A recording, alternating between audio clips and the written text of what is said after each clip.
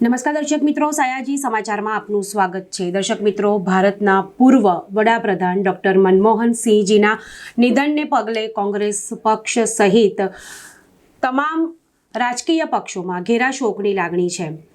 દર્શક મિત્રો, કેન્દ્ર સરકાર દ્વારા 7 દિવસનો રાષ્ટ્રીય શોક જાહેર કરવામાં આવ્યો છે। ડૉક્ટર મનમોહન સિંહજીના નિધનને પગલે શ્રદ્ધાંજલિનો ધોધ ઠેર ઠેરથી વરસી રહ્યો છે। દર્શક મિત્રો, પૂર્વ કેન્દ્રીય મંત્રી અને રાજ્યમંત્રી શંકરસિંહ વાઘેલાએ પણ ડૉક્ટર મનમોહન સિંહના નિધનને પગલે શોક વ્યક્ત કર્યો અને તેમણે શબ્દાંજલિ અર્પણ કરી। શું કહ્યું, આવો સાંભળીએ। ગઈકાલે રાત્રે 11 વાગે એક પત્રકાર મિત્રનો ફોન આવ્યો કે આપણા પૂર્વ વડાપ્રધાન ડૉક્ટર મનમોહન સિંહજી આપણા વચ્ચે નથી રહ્યા। સ્વાભાવિક દુઃખ થાય, બહુ સ્વાભાવિક છે।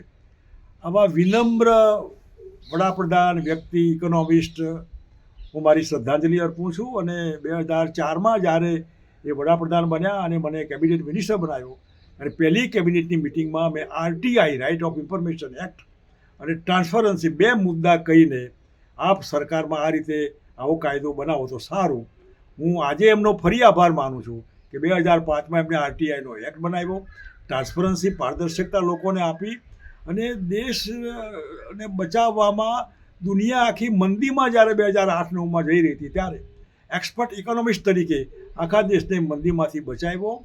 એ અને ડૉક્ટર મોન્ટેગસિંહ આહલુવાલિયા, બંને સરદારજી, આ બંને સરદારજીએ લગભગ 1991માં ગ્લોબલાઇઝેશન, વૈશ્વિકરણ અને ઉદારીકરણની નીતિના આધારે દેશના અર્થતંત્રને એવો વેગ આપ્યો જેથી કરીને આજે જે દુનિયાભરમાં કદાચ દેશનો ડંકો ક્યાંય વાગતો હોય અર્થતંત્રમાં તો આ ક્રેડિટ આ બંનેને જાય છે। એ RBIના ગવર્નર હોય, રિઝર્વ બેંકના, કે કોઈ ફાઇનાન્શિયલ એડવાઇઝર હોય, કે દેશના પ્રધાનમંત્રી હોય, ક્યારેય કોઈ કેફ, કોઈ નશો સત્તાનો એમને ચડ્યો નથી।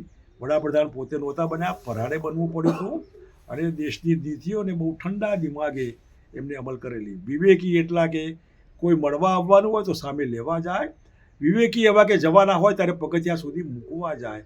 આવા વિનમ્ર વડાપ્રધાન જે તે વખતના હતા એવા મારે બહુ વ્યક્તિગત પરિચય પરિવાર સાથે આખો એમને હું શ્રદ્ધાંજલિ આપું છું। એમના પરિવારને આ ઊંઘ મળે, શક્તિ મળે અને એમના આત્માને ભગવાન શાંતિ આપે એ શબ્દો સાથે આવા વડાપ્રધાન દરેક દુનિયામાં, દરેક દેશને, દરેક પ્રજાને મળે એવી ભગવાનને હું પ્રાર્થના કરું છું। જો પુનર્જન્મ થવાનો હોય તો ફરી હિન્દુસ્તાનમાં જ જન્મે અને આવી રીતે જન્મીને એક નવી દિશા જે તે વખતે દેશ તકલીફમાં હોય ત્યારે એને મદદરૂપ થાય, એવી મારી શ્રદ્ધાંજલિ પ્રાર્થના।